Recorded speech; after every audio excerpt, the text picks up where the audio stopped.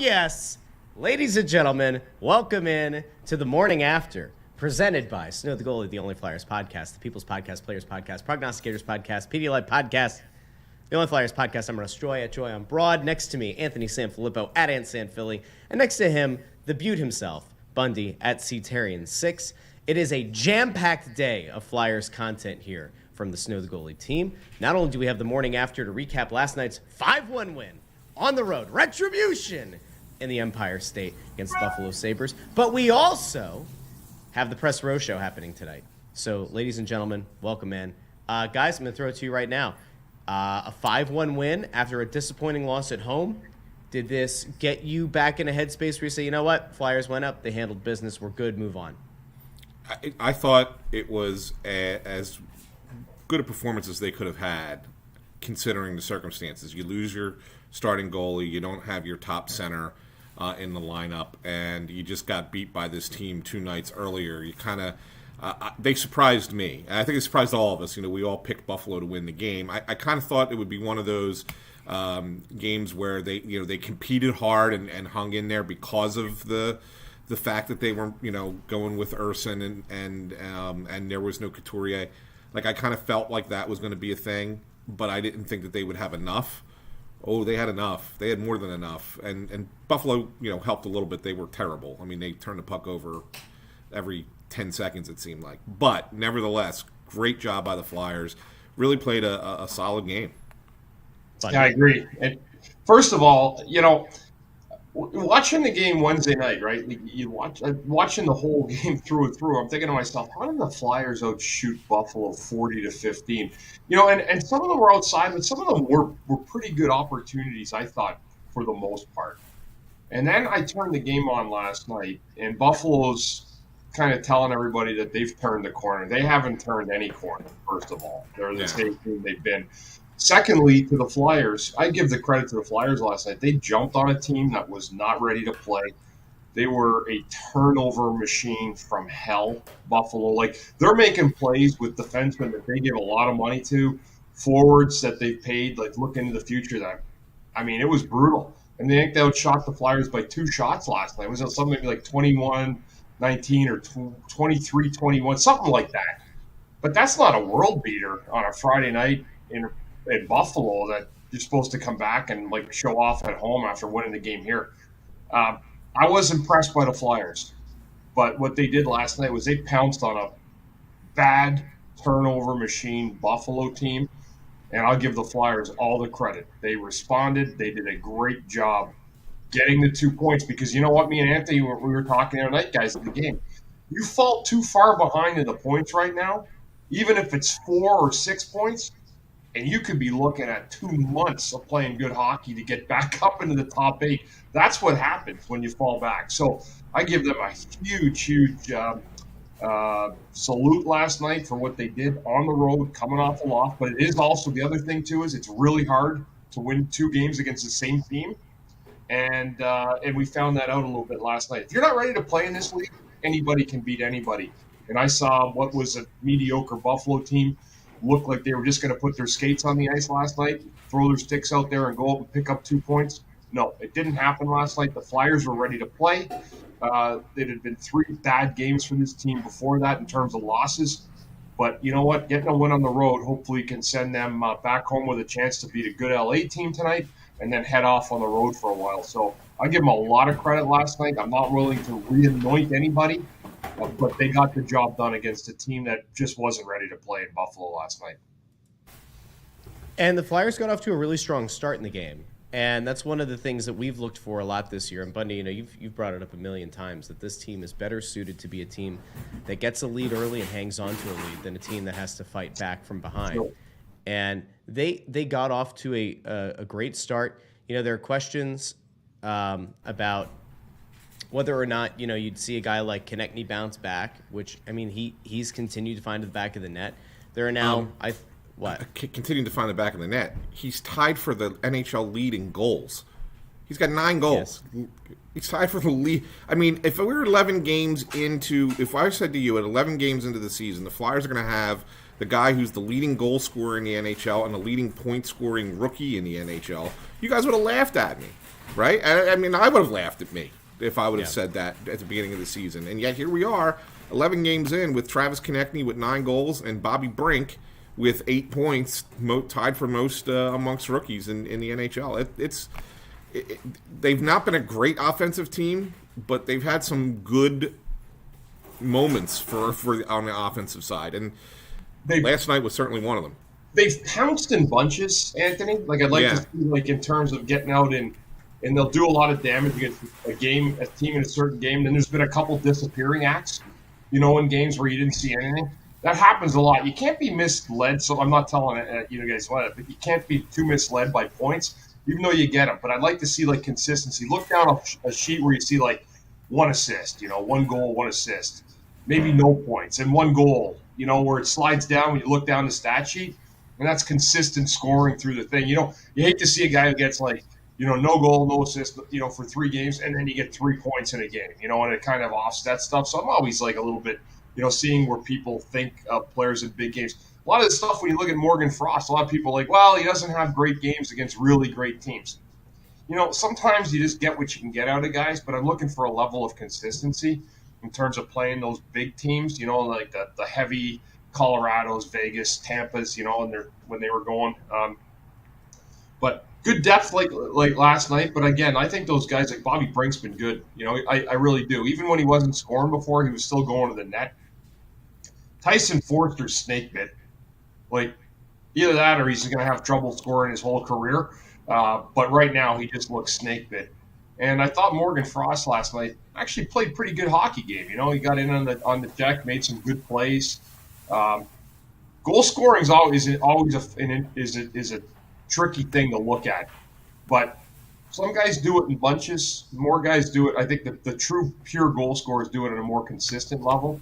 But that's amazing, Anthony. You're right to think of those stats. 9 goals for Konechny and Brink leading all rookies with a guy named, Connor Bedard, the next one, the next one in the league. And, here's Bobby Brink, who no one really had on anybody's radar before the year. So it's good stuff. We have people checking in from all over, as you would expect. Our good friend Joe Papel, who came up and told us that he bought season tickets because we got him so hyped this offseason, checking in from Florida. Not the only one, by the way. We also have people checking in from North Carolina. I'll pull these up as we're going.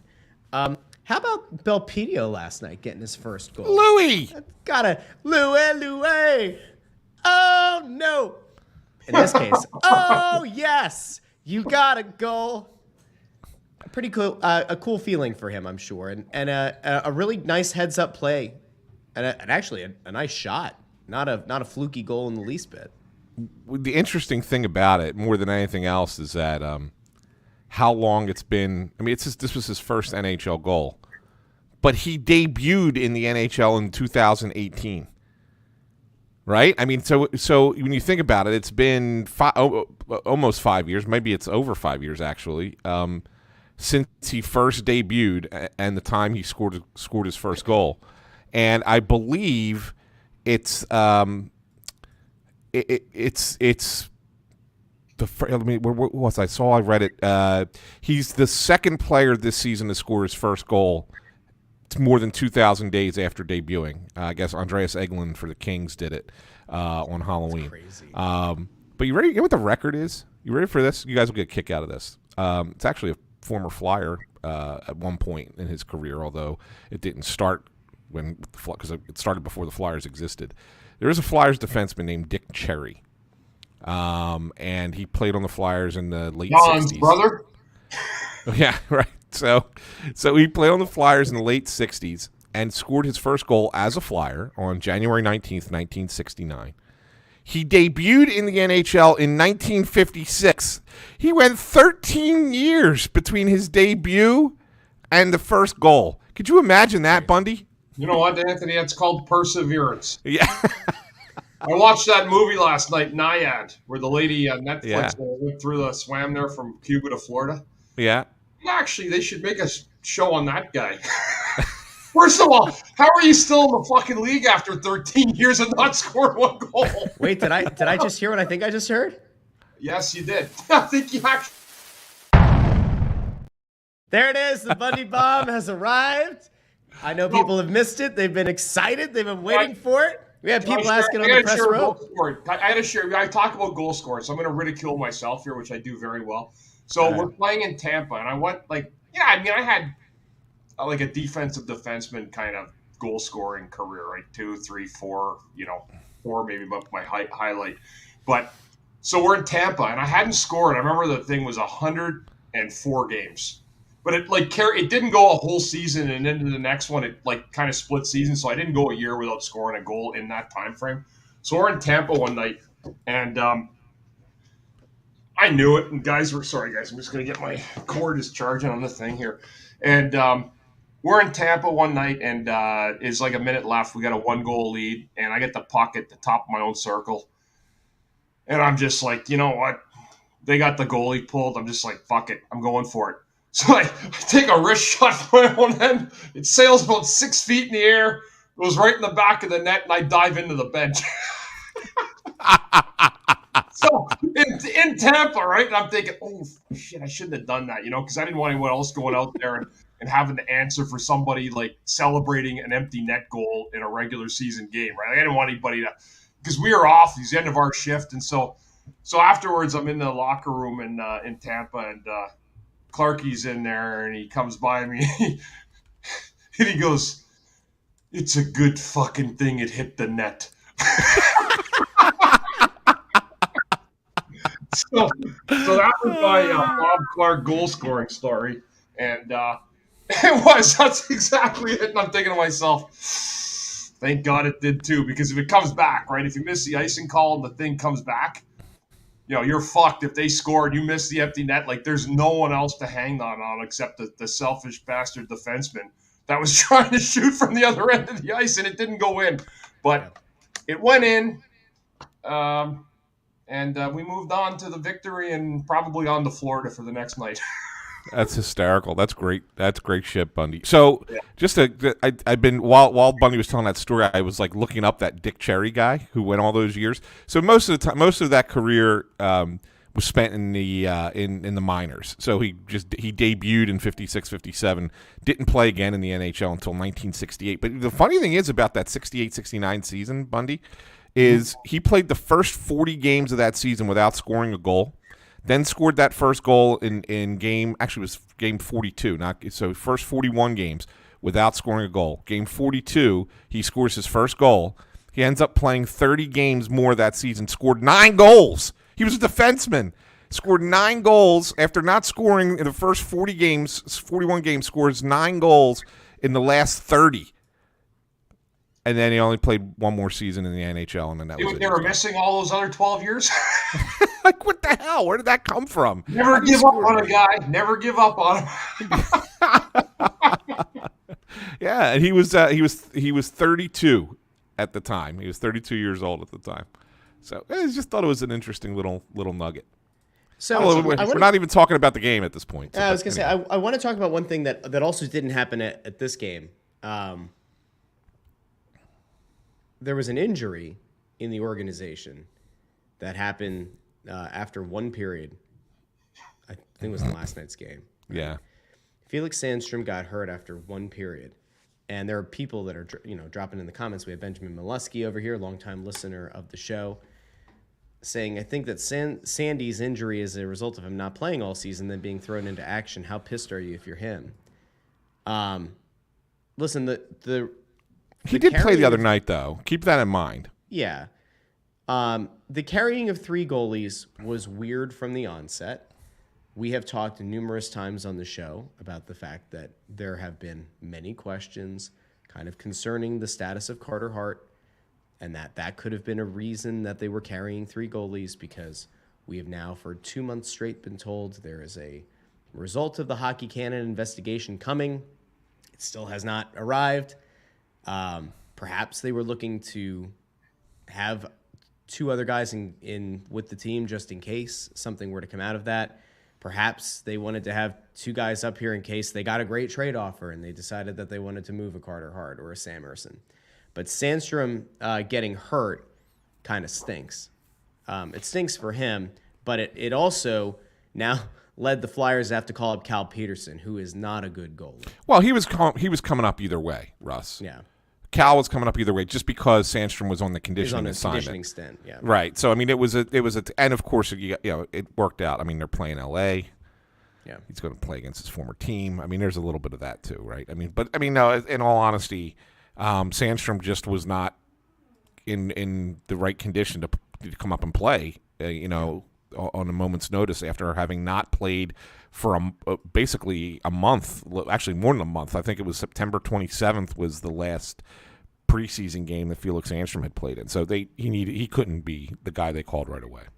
Yeah. So we have that part's done. Was there anything else that you guys wanted to get to from last night's game that kind of blew your socks off? Yeah, well, one thing, Russ, I look at a positive, spread out goal scoring last night. It wasn't one guy getting 3 or 4 goals. I mean, it was pretty spread out. One thing that did stand out to me last night also was Flyers transition. Now, I don't know if Buffalo is a team that's just so completely undisciplined. They have no idea what they're doing with the puck when they cross the blue line. But the Flyers' ability last night to turn pucks over and go back in transition was impressive, really impressive. And some of the short passing plays that we saw as they got to the front, made plays to the net, were impressive. Saw another couple things talking about the PhD line, as we will, I guess, follow along and call them. They're just big guys that just have a willingness to play the game in a north-south manner, and they get pucks to the net. And when you get enough guys with enough size to make some intimidating plays in front, you're going to get some tap-ins sometimes. So they've been impressive in terms of the way they bring energy. Allow guys to go play a little bit more freely out there. They've done a really good job. I mean, you can't diminish the job that those guys have done, because they do bring energy and they do bring support to the other 3 lines on that team. Yeah, and just a quick little update on Felix Sandstrom. It's a upper body injury. Not mid-body. No, upper. Not mid? No. There's a fun story about mid-body that we can't tell, but it's we cannot tell the mid-body story, but that's okay. It's Anthony, funny. The Carter Hart timeline has been kind of all over the place. Do you have a sense of what you think that might be? A month, maybe? So I was originally told after the game, although I couldn't get it officially confirmed until the next morning, but I was told after the game that it was something that the initial thought was it was going to be something that was 4 to 6 weeks. But they wanted to have him reevaluated and see. And then I was told the next morning that they're hopeful that it'll be shorter than that, and that they were hopeful that it would be somewhere in the 2 to 3 week range as opposed to the 4 to 6 week range. I know that they put out a thing that said he's day to day, and the reason that they put out a thing that says he's day to day is because they want to see how it responds, this injury, like over to treatment and rest, and see, and maybe it responds a little bit quicker, and then he can get back out there a little bit sooner. So that's why they've listed him as day to day. It's been reiterated to me that we're probably looking at the 3 to 4 week range for this injury for Carter. But that's not a guarantee by any stretch of the imagination. It's one of those things, Bundy, where you've been through injuries before where you're like, oh well, okay, yeah, they originally tell you it's X, but then you start to feel better a little bit sooner, just because that's how your body is healed, and so maybe you can get back out there sooner. So I think that's why they're playing it the way that they're playing it, as far as the day-to-day status. But I do think this is going to be something that's going to be. I wouldn't expect him to play on this upcoming road trip. Okay. That's fair. I just actually saw the PhD line. Do you think the LCB line ever thought they'd be mentioned 40, 50 years later with the PhD line? In the same context. Great lines in Flyers history. Yeah, that's right. PhD, Legion of Doom. Yeah. LCB. Yeah. Listen, I think even for people who hated the concept of playing 3 vets on the 4th line, and that group of people still exists, right? That's not going to change. Even if you're somebody who went into the season questioning it, and you were a super duper play the kids person, you watch that 4th line play, and if your takeaway is that it's a shame there's not a prospect playing on that line, I think we're watching a different sport. They're giving you exactly what you need out of a 4th line. They're setting a good example, and they buzz. I would almost make the argument that it's more valuable to have them buzzing the way that they do and causing problems the way that they do to kind of set the table for the rest of the team, to bring the energy when the team is struggling. Like there is something to that. And even in a rebuilding team and even in a team that's young, that is valuable. That's something you can't measure statistically, but it is something that does matter. Yeah, and I think that they might actually keep them together.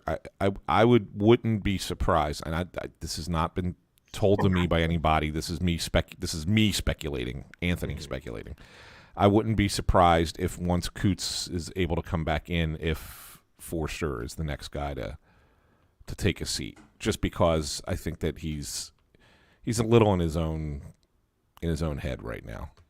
With the way he's playing, and he might need I'm not saying that they're going to definitely send him down, but it might be one of those, hey, take a breather, just go in, practice hard, and we'll see. I think that's fair. I wanted to get to one other thing real quick, and it's not Flyers based; it's Flyer prospect based. So we've talked a few times about the fact that Mishkov's had like a really nice season in the KHL, but one of their other critical prospects is having a really, really good year for BC, and that's Cutter Gauthier, who I don't know if you guys saw the most recent goal. He rips a shot, it gets deflected away, puck comes back around, he rips it again. And I mean,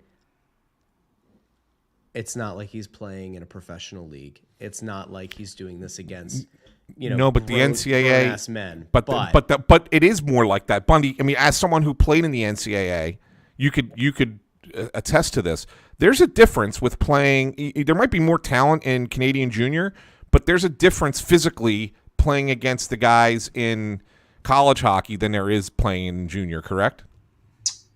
Yes. Major junior. It's funny. It's like Scotty Lawton told me, he's like, man, I'll tell you what, if you're even a point a game guy in like major junior now, it'll take a lot more than that to get to the NHL. Like, it's not even a marking point anymore. NCAA has always had more mature players because you get some guys that are playing in their early 20s that go in as freshmen sometimes. Doesn't mean it's fair. Actually, as a matter of fact, they were saying last couple of weeks ago there was a game where the youngest player in NCAA hockey was an 18-year-old and the oldest start was a 26-year-old, which is just pathetic as far as I'm concerned to have. Where's the development allowed to if you have a 26-year-old playing college hockey is ridiculous. But that being said, I think that he's getting a better look of what he's going to see here playing college hockey, playing a ton. Cutter Gauthier, for me, is a guy that I need to see him at the World Juniors this year. The one thing last year he did not do was dominate the World Juniors. He had a good game against like one of those countries that doesn't have a rich history of hockey.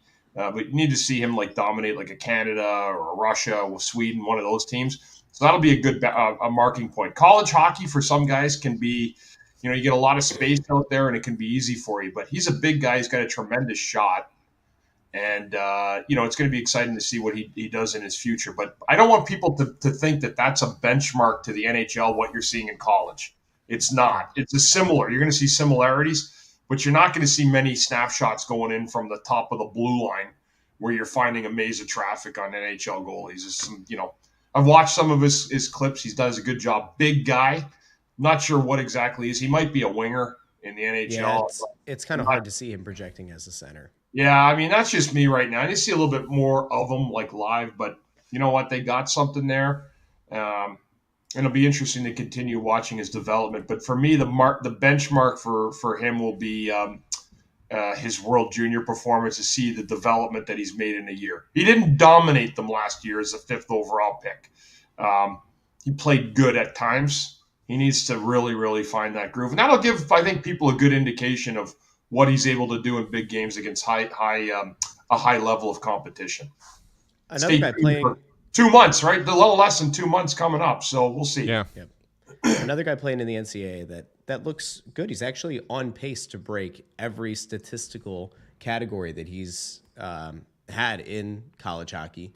Is the great Massimo Rizzo, acquired in that make good deal with Carolina. He's got 5 goals, 10 assists. To give you some context, over the course of a full season, there are 7 games in. Multiply it by 5, you'd get 25 goals and 50 assists. That'd be pretty great. But his previous high is 17 goals and 29 assists, which he did last year in 38 games. So, look, you don't want to like overrate things here, but like, hey, positive signs. No, they like him. I mean, I wouldn't be as excited about the numbers that Massimo Rizzo is putting up than I would with Cutter. I think Gauthier, you're going to get to see play at another level, even before he gets here. And like Bundy just said, with the World Juniors, Massimo Rizzo's, he could be one of those guys who kind of, comes in and surprises everybody a little bit. He could turn into a Matt Reed type Bundy, like, what I'm saying, like that kind of, once you get into the league, kind of have a couple of seasons that you're like, oh, where did this guy come from? Okay, I think that's where you're maxing out with a kid like Rizzo. That's not knocking him. That's just kind of, the process of that type of player. But I do think that there's, you should be paying a lot more attention to, certainly, to Cutter Gauthier. And real quick, I did see you put up Russ, and I don't want to leave Matt hanging. He did ask about Risto and Stahl. There's not much new on Mark Stahl. It's kind of, where they thought he would be in his kind of recovery. I think it was 4 to 6 originally. The Risto thing is interesting to me. He served his military responsibilities this summer in Finland, and I think that kind of impacted his ability to train properly. And I think that when you have a smaller injury and you think we could just kind of plow through it, and then you try and plow through it without having the training that you normally have, you have those situations where you get those little setbacks, those little bump backs. It's not a major injury with Risto. I just want everybody to understand that. This is not like something that's, it's keeping him out long term because it's a major injury. It's not. It's just the fact that you have less time to physically get yourself ready for a season, and you have a nagging injury. That's going to take a little bit longer to get well, because you're not in the shape that you certainly need to be in to start a hockey season. So that's more of where it's at with Rasmus. I just wanted to let people know, and obviously we were clear about this from the start, and we even put it up last night or yesterday or something. We will be back. I mean, I know that people are excited. We've got a lot of people on the stream right now. A bunch of people checking in on Twitter as well as YouTube and Facebook. But not only do you get us in the morning, but you're going to get us tonight as well. We're going to be doing the Press Row Show tonight, live from Wells Fargo Center. The #1 rated pregame, first, second, intermission, and postgame show, the side of the Mississippi. At least that's what we're told. So we're just going to keep believing it. We will be live tonight. It's 7:30 puck drop. So we'll be live tonight in Press Row at 7 o'clock. I don't know if we have a guest. Anthony likes to get guests. Anthony, did you procure anyone for tonight, or are we going to still work on that up until... I haven't officially gotten one yet, but I have somebody in mind. We'll see. I did speak to someone about it, and they said that they would be willing to do it. I just don't know if they'll remember that they said yes. First of all, the Sixers play at 1, right? The game is 7. Listen, I know for a fact they could have emptied the floor off, changed it up, and had a 7 o'clock game. Let's be done with the 7:30s, okay? If anyone's listening, call the league, change it up. I know it's a 24-hour rule, but 7:30 till 7 o'clock is not really one that's considered, because they started at 7:30 last night. Mm-hmm. Unnecessary to have a 7:30 game. It's just too late. I love this, by the way, by RXTall87, #1 rated gameplay show to best stats and stat screen in the business. Yeah. So if you're ever in a spot where you can't check out the game, you can keep the stream of the Press Row Show running through the periods, and we have the stat cast up on the screen so you can keep up with the stats. Guys, I think that's probably a good place to wrap for this morning. Again, we'll be live with Press Row Show tonight. It's going to be a heck of a game. They've got the Kings coming into town. The Kings, I think, got in yesterday. Yeah, they were in town yesterday. Got into town they yesterday. Beat Ottawa the other night. So you have the Flyers now traveled back last night. Kings are already here. They're acclimated to the Eastern time zone, so we'll see how this goes. We will have our predictions out on Twitter prior to the game. We were a little bit late on that last night, but we'll make sure that we have them up nice and early this evening. So make sure you join us. Do us a favor. If you haven't done so already, hit that like button if you're on YouTube. If you're on Facebook, hit the like button as well. We really love for everybody to go over YouTube, subscribe to the channel. I'd like to get to, I'm going to set a lofty goal here. We're at about 2,100 subscribers now. I'd like to get to 3,000 by Thanksgiving. So if you check out the show and you enjoy the show and you join us every time that we go live, please consider, if you don't have a YouTube account, it's free. Get one, sign up, hit the like button, comment and all that. And also, I'm going to drop a little nugget here. We might be working on a live show, like an actual in-person live show, coming very soon. We're working on a few, but we have one that we've got much more concrete plans about. So get yourselves ready. It's going to be a lot of fun. It's going to be a nice night. Bundy's like, we do? Boy, do we. Boy, do we. It's going to be a good one. So make sure you spread the word about Snow the Goalie, the Only Flyers podcast, about the morning after show for every road game. And, of course, the Press Row show tonight, live from the Wells Fargo Center, emanating live from the unnamed sportsbook. They don't sponsor us, so we don't say the name. But for Ant, on Twitter, @AntSanFilly. For Bundy, @CTerrien6. I'm Russ, @JoyOnBroad. Thanks for watching, maybe even listening after the fact in the podcast feed. To the morning after recap, Flyers win 5-1 over the Sabres. We'll be back tonight with a Press Row show. Have a great day, everybody. We'll talk to you tonight.